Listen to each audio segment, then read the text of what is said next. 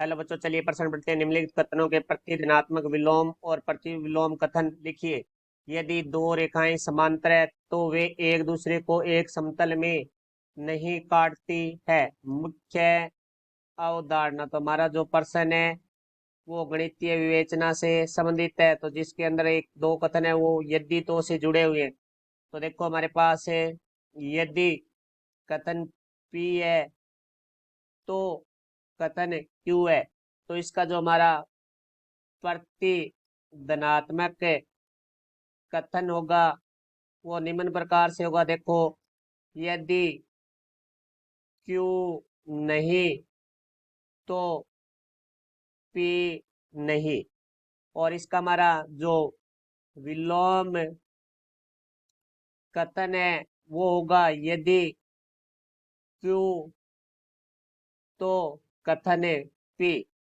और इसका जो हमारा प्रतिलोम है वो होगा, प्रतिलोम जो कथन है, यदि P नहीं तो Q भी नहीं।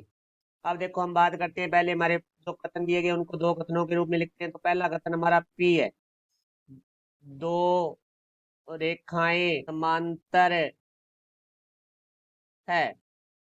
और Q, दो रेखाएं एक दूसरे को एक समतल में नहीं काटती है। तो अब देखो, सबसे पहले हम इसका प्रतिधनात्मक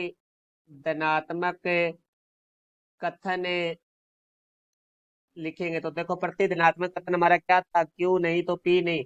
तो जो हमारा क्यू कथन है तो लिखेंगे यदि दो रेखाएं एक दूसरे को एक समतल में काटती है, क्योंकि वहां हमारा कथन क्यू है वो नहीं काटती है, तो इसका जो निषेधन है वो होगा काटती है। तो दोनों रेखाएं समांतर नहीं है। तो ये हमारा, क्योंकि उसका प्रतिधनात्मक कथन हो गया, क्योंकि हमारा जो प्रतिधनात्मक कथन होता है वो होता है क्यू नहीं तो पी नहीं, अर्थात क्यू का निषेधन है तो पी का भी फिर निषेधन होगा। तो अब देखो हम बात करेंगे अगले के लिए। अगला है हमारा विलोम कथन। तो विलोम कथन में यदि क्यू तो कथन पी। तो पहले हम क्यू को लिखना होगा। देखो भाई, यदि दो रेखाएं एक दूसरे को एक समतल में नहीं काटती है तो वे समांतर है।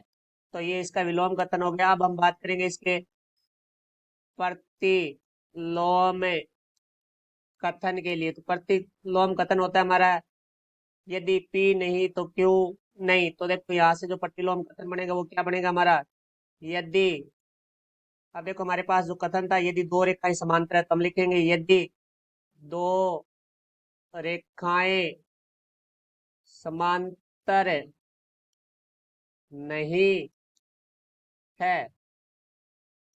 तो आगे लिखा हुआ था हमारे पास वे एक दूसरे को एक समतल में नहीं काटती है, तो हम यहाँ लिखेंगे वे एक दूसरे को एक समतल में काटती है। ये हमारे प्रश्न का उत्तर हुआ। आशा करता हूँ समझाया होगा। धन्यवाद।